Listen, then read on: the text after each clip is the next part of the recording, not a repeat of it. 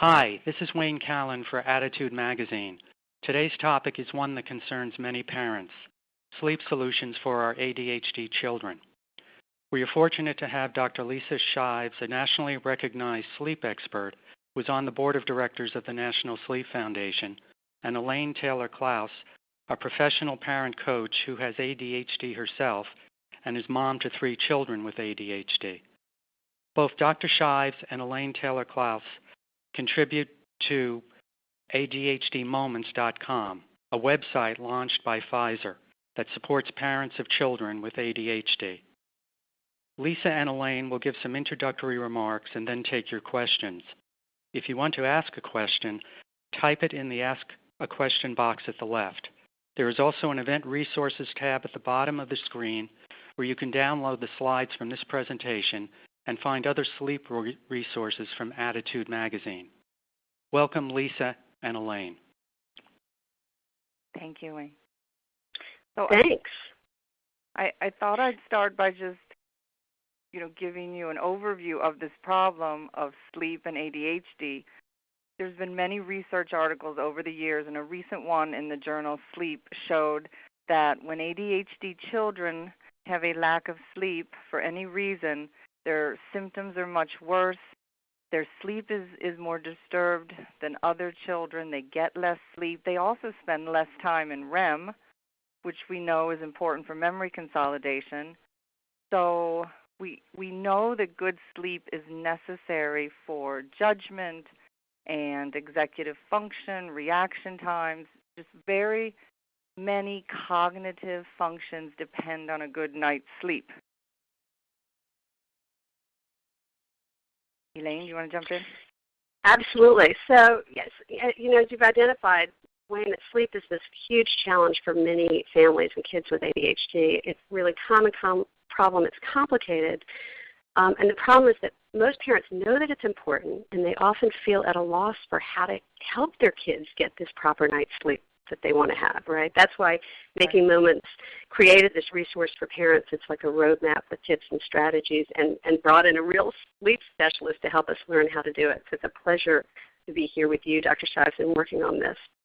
What we really want you to know as parents is that you can make a difference, that you can help your kids develop these better sleep habits.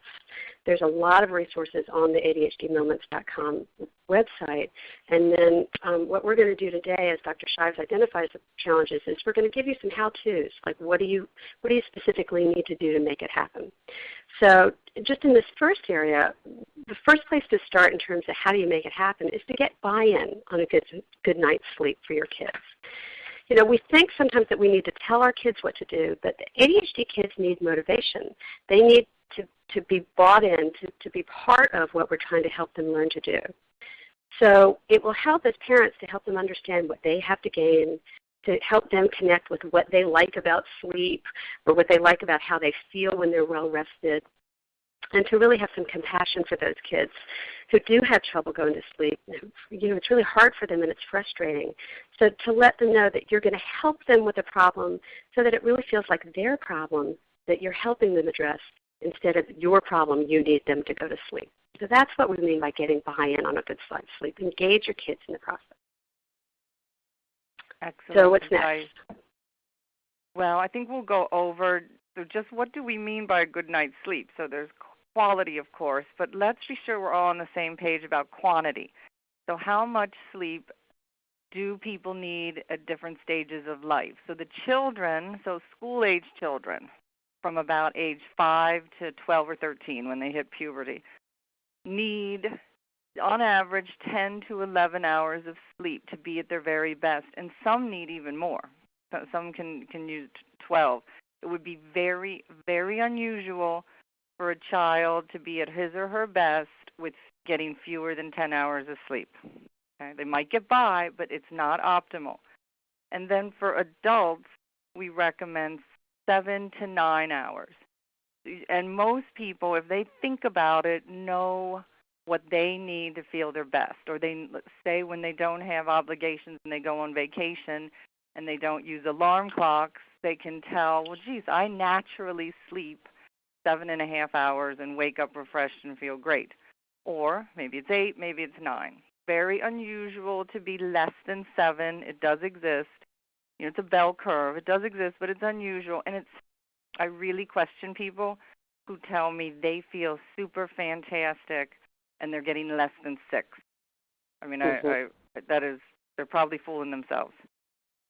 And then teenagers, what you should know, so I did adults and I did, younger children. Teenagers need, on average, 9 to 9.5 hours. I have to put my plug in here. High schools are set up to be sleep-depriving institutions. Over to you, Elaine. Yeah, I'm so glad you said that because that was my first question is what about teens? Yeah. So how do you help get a good night's sleep? We like to talk about it in terms of sleep hygiene. We talk about brushing our teeth and hygiene and keeping bathing, but sleep should be a part of that. And as parents, if we show them and don't just tell them, we have open communication with them, we set clear expectations, it really makes a difference. So what do I mean by show them? For example, when my son gets ready for bed, so do I. So as he's brushing his teeth, I'm going and getting my brushing my teeth. I'm getting my pajamas on. The added bonus for me is a great structure because if I brush my teeth early, then I'm not likely to eat later in night. I'm not likely to be drinking later in night. But more important, he sees me doing what I ask him to do. And so that gets the system established in his brain that that's part of a regular pattern, just like brushing teeth and bathing. Yes, I think that's excellent advice because you tell them, and then occasionally they catch you on your computer at midnight. They're going to grow up to be people who do the same, right? Guilty. So yeah. I think that modeling this is excellent behavior. So just to make the segue to more tips on sleep hygiene, so that's just a word we use for good sleep habits. And one of the most important things is creating the environment, the way the bedroom is set up to help you sleep, and it's actually based on biological needs. So 2 things we're always telling people is make sure that your sleep, the environment, your bedroom is cool and dark. Now that's not just because, that's a pleasant way to sleep. No, it's actually deeper than that. We know that as we get drowsy, our core body temperature starts to drop, and it continues to drop throughout the sleep phase. And our nadir, our low point for our 24-hour body temperature is roughly like in the middle of a sleep period. So when we're telling you to keep that room cool, I mean, we really mean this is what your body needs to encourage drowsiness and sleep. And when we say it's got to be dark, darkness is what allows melatonin, which is a kind of sleep hormone. It doesn't exactly put you to sleep, but it's associated with sleep. It's one of those areas we're still researching. But we know that if your melatonin is suppressed, you are very unlikely to be sleeping. And there's other neurotransmitters in your brain that are triggered by light. In fact, what everyone should come away with is the most powerful signal to your brain is light. I mean, as far as whether you should be awake or asleep. If you have all the lights on in your house at 1 in the morning, your brain thinks it's time to get up and plow the fields, okay? And it's why I always am kind of ranting and raving against electronics, especially the newer ones. We're sitting so close to computers. The iPad is in our face, the smartphone. These devices emit enough light to be suppressing melatonin and turning on our wake neurotransmitters. So an hour before bed even, start having dimmer lights. Make sure the bedroom is dark and cool. That's great. That is so helpful. And I know I'm going to have a fight in my house when I get home with this information. I know I've touched on this a little bit earlier, but I want to talk about setting clear expectations. So in order to do what you're talking about, we need to have clear systems and clear expectations.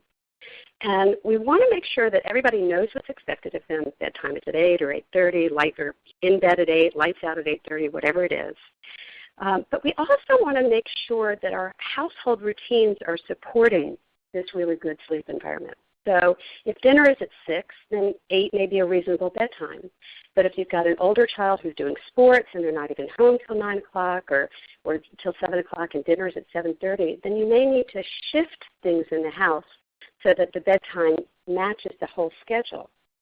Now, having said that, parenting is about conscious trade-offs. So bedtime is a priority, and that may need to be more of a priority for some families that have different age kids than other priorities like family dinner.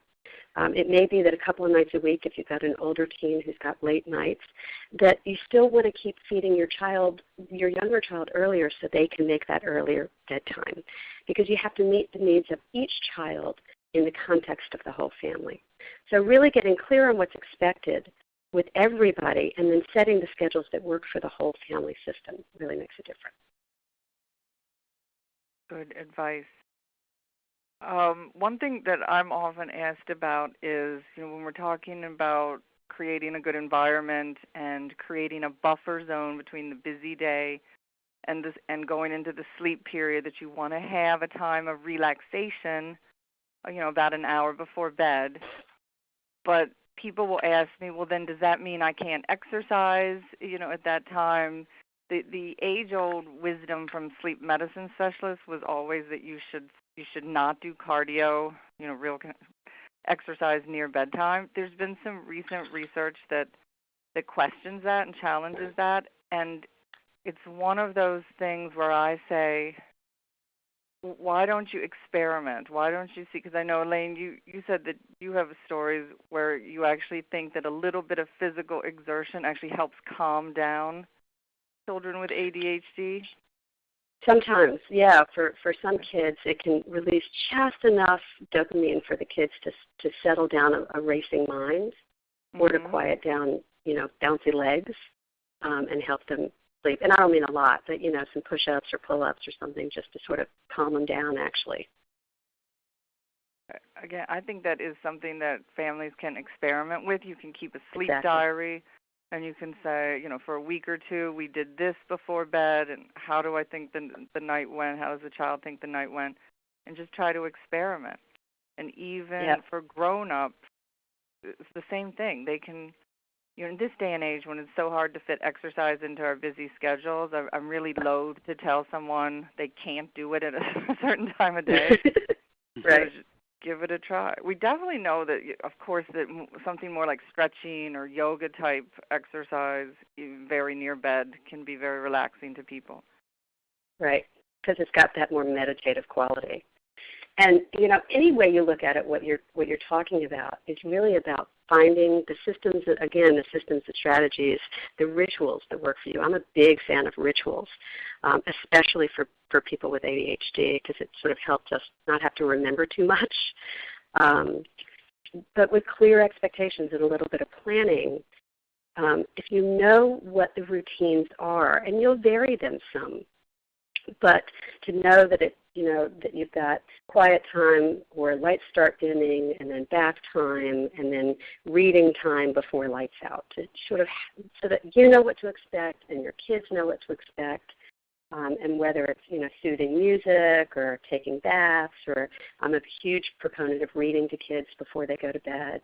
The routines are going to vary. It may be sometimes when I snuggle up with my son at night, he asks different questions, and we get into a ritual of asking questions, and that may change. Or sometimes I'll read it to him, and sometimes I'll tell him stories.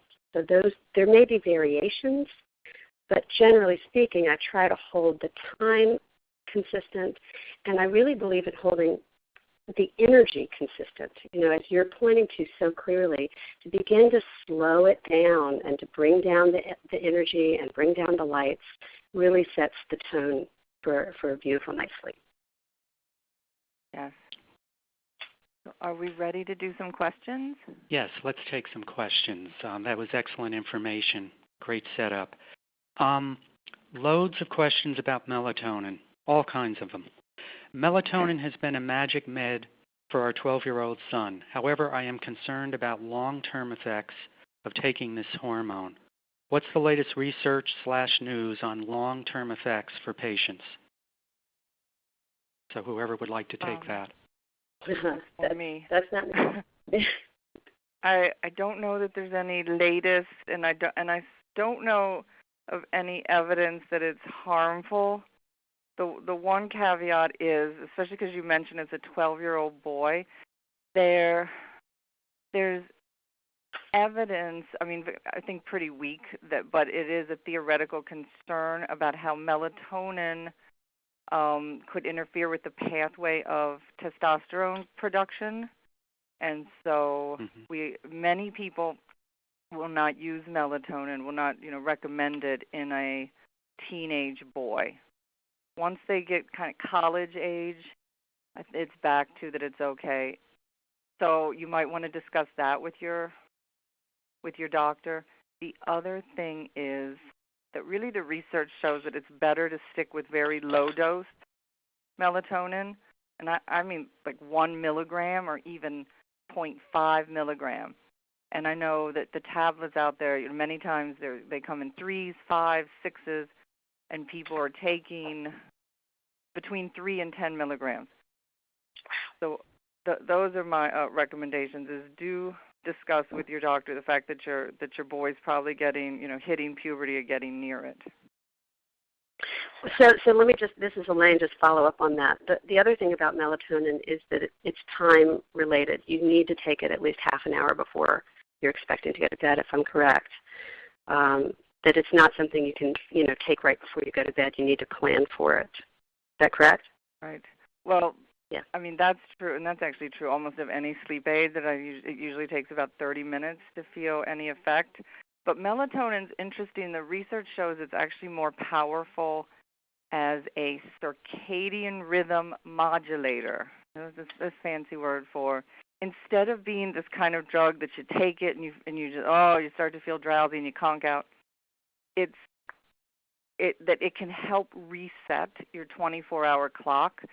And and this is often for people who they actually can sleep just fine, but they want to do it, they want to go to sleep at 3 a.m. and get up at noontime. So they have a delayed sleep phase, and our society's not set up for that. So we're trying to shift these people to an earlier bedtime, and this often starts to happen to people in the teenage years. And it's actually natural. Again, this is why our high schools are set up in a disastrous way, is because it is natural for teenagers to not feel sleepy, until later. I mean 11, 12, 1 a.m. So when we're trying to shift people to an earlier time, we actually use melatonin very differently, and we give it 5 to 7 hours before desired bedtime. Now, I do want to caution is that if you're going to start, that sounds like a good idea. You really should maybe have a sleep specialist helping you if you're going to start trying to use melatonin in what I would say is a more sophisticated way. Because and I think what's more typical with ADHD parents is that they hear from other parents, this might help.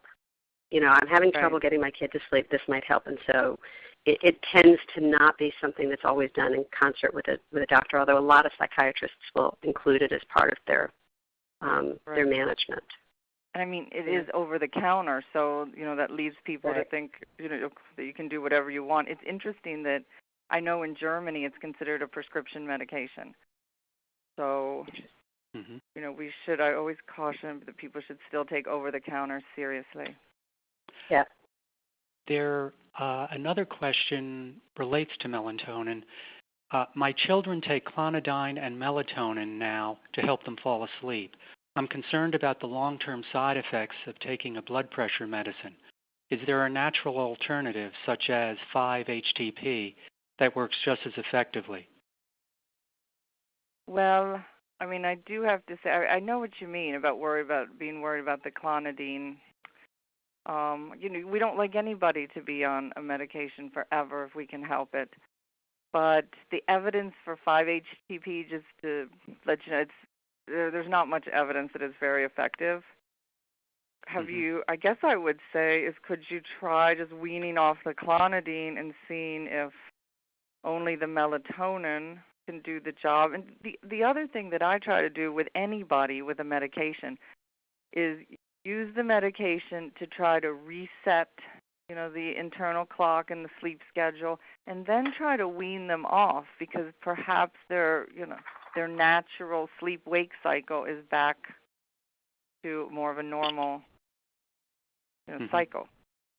Well, and I just want to reinforce what you said, which is that this is really complicated stuff, and what I always caution parents with any of this is don't try to make these decisions and figure this out alone. Do this in concert with your physician, and if you feel like you have a physician, that if you want to look at a more natural approach and you have a doctor who's not inclined that way, you may want to find a different doctor, because there are definitely psychiatrists out there who are using some of these alternative approaches and understanding sort of on that cutting edge, sometimes even a step ahead of the research, because anecdotally they're seeing that it's working with their clients.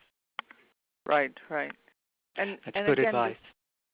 Some of this, doctors always taught to think of, risks and benefits. And if the risk is very low, which I think with something like 5-HTP, the risk is low for you to go ahead and give it a try.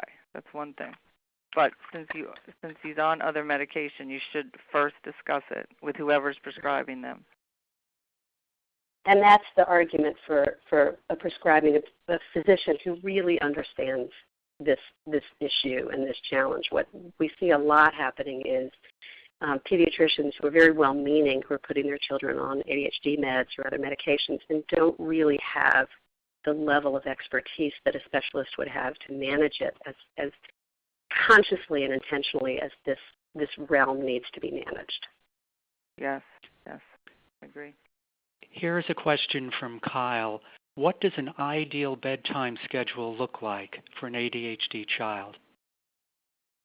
Well, I think the answer to that, Kyle, obviously depends on the age of the child, as well as how the ADHD shows up. So you really want to look at what are the challenges, what are the struggles, where is it a problem, so that you can identify a ritual that will meet the individual needs of that child and of that family. As Dr. Shives talked about earlier, having just a clear time frame, having the energy begin to shift an hour before bedtime, low light, soothing music, those kinds of things can be helpful. But if your child loves to hear stories, that will tell you something about how to design a bedtime that might be different from it if your child loves to tell stories. So you really need to do it individually by child and by age. That being said, the short answer, that's the long answer. The short answer, I think, is downtime, PJs and pajamas and teeth brushing, some downtime, some reading or conversation or connection time, and then lights out. Anything to add, Lisa? I want to throw in there and maybe you do, along with teeth brushing, a lot of people bathe a child every night. And I told you that I jumped into parenting because I adopted an 8-year-old. Right. And I'm like, an 8-year-old, she's not stinky or anything. Do I have to bathe her every night? But my mother, who's living with me, and my nanny, thanks be to God, said, no. Now listen, I believe it calms them down, that nice warm water. And then the sleep specialist in me said, wait a minute, that's right. We recommend hot baths to lots of people. And guess why? Is that actually, to go back to my earlier theme, when you get out of doesn't have to be a bath, but when you get out of a hot bath or shower, you're hot, but then you start to cool down, right? Cool down. And it's that cooling down. I mean, I do think the nice hot water, and it can relax a person, but then the cooling down helps encourage that drop in the core body temperature. So you want to do it really not before dinner, but right before getting ready for bed. Yeah, make it more kind of in that 30 to 60 minute before bed ritual. And also I want to put a pedagogical plug in here, is that reading, since I had to learn really quick what to do to help a child, she didn't speak English. I was reading that there's good evidence we should read to a child way past the age where they can read to themselves. Because we actually will read at a higher level. I mean, the the books that we read to them, we're able to do a higher level. And even though they would struggle if they had to sit there and read it to themselves, of course they can take it in when we're reading it to them, and it actually really helps their own reading skills. So yeah, it has a huge dramatic impact on vocabulary and future test scores and all of that, the more that we read. Right. You know, my son is now 12, and I can't say I do it every night, but we've always got a book that we're reading together. And sometimes it's a book actually interesting that he's already read, but but hearing me read it, he gets something different from it than when he's read it himself, because we like to read these action series. Right. Yeah. I wanted to get to some questions about Benadryl because lots of readers, participants have asked it. One specifically, we started to give our 10-year-old daughter Benadryl, 1/2 of a 25 milligram caplet, to help her fall asleep and stay asleep. Is this inappropriate? Without adequate sleep, she is quick to get angry and overreact.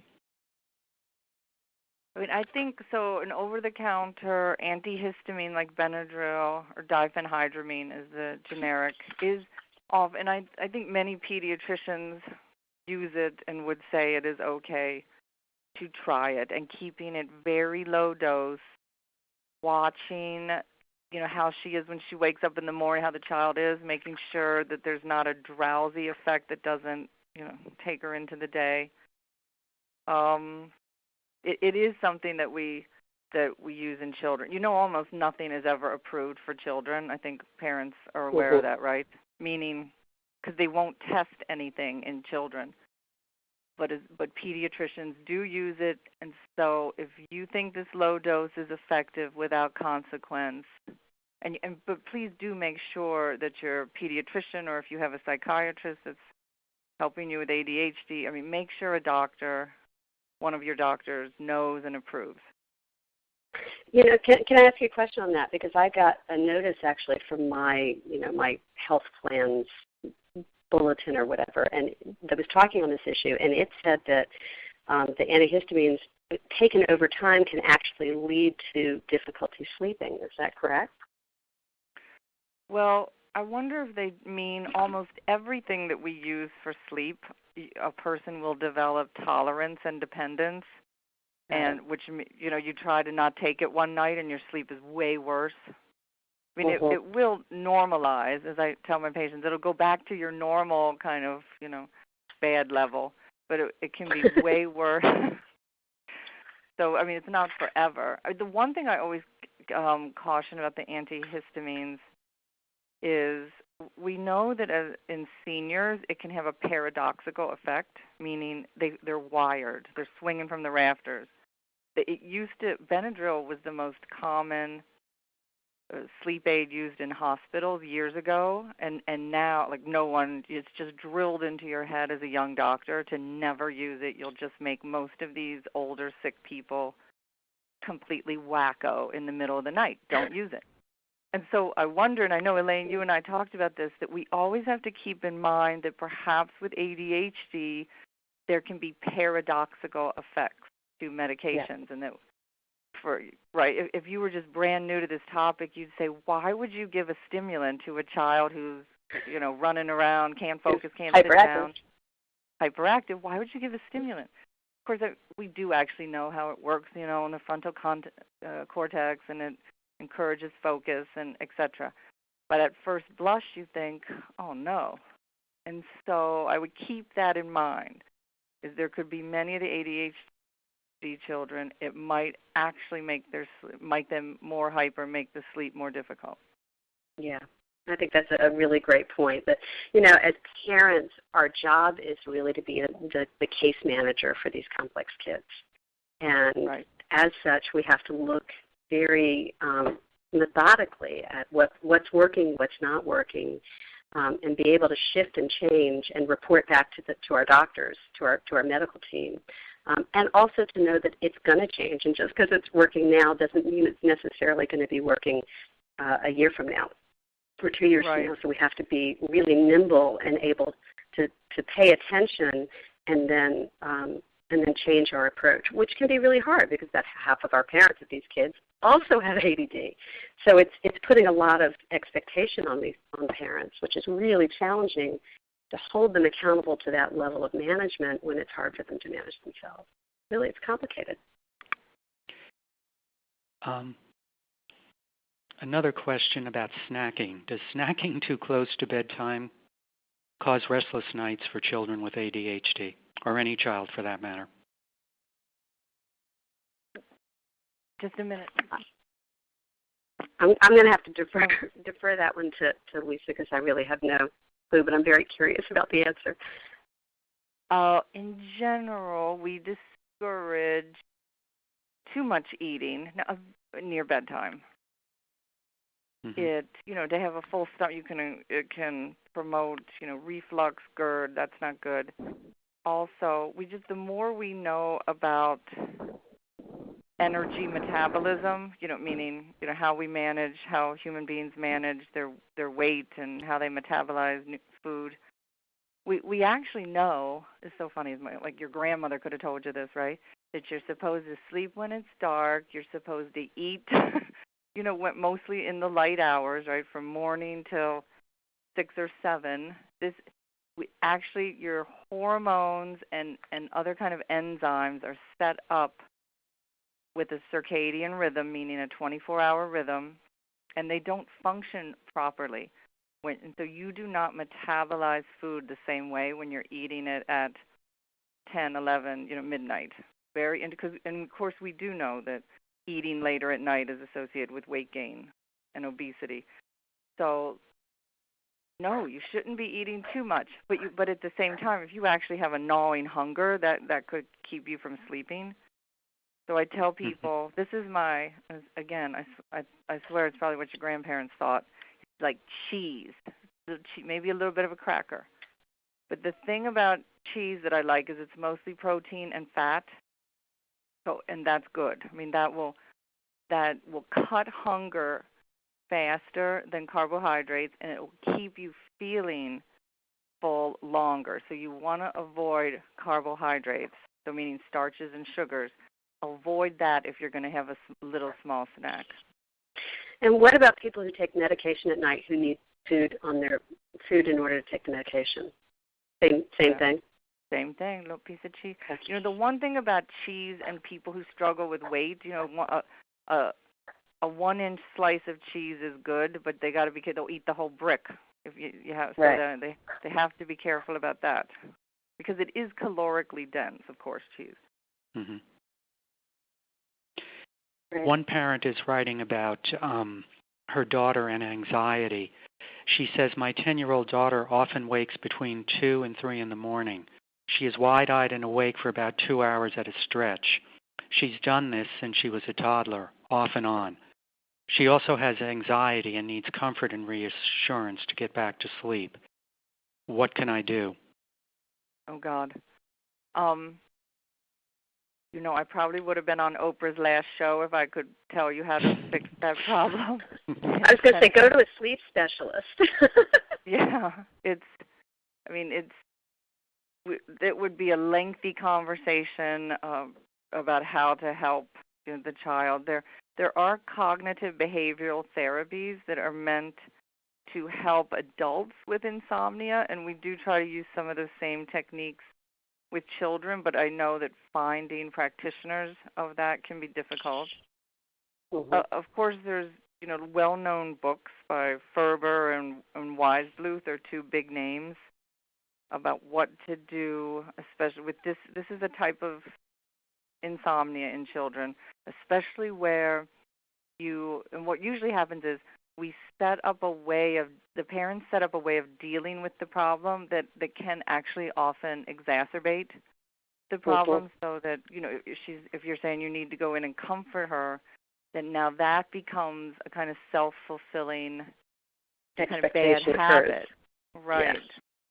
And I know that I'm sure people have heard of Ferber, who's, the basic, the book's 300 pages, but if I can give it, the basic message is, just shut the door and let the kid cry, right? God, I hope he's going to get, but But there's modified, ways, and I know that seems really harsh for many parents to just let a child suffer in any way and have anxiety. But there's modified ways to deal with it. But again, it would be a lengthy conversation. I don't know, Elaine, you want to jump in? I feel bad that I can't.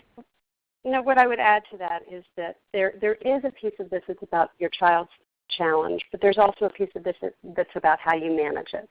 And so, as a coach, what I would do is work with the parent in this scenario to identify, to get really clear on what the patterns are, what's happening, and as you point out, Lisa, what the parent is doing is helping the situation, and where sometimes we parents get in our own way.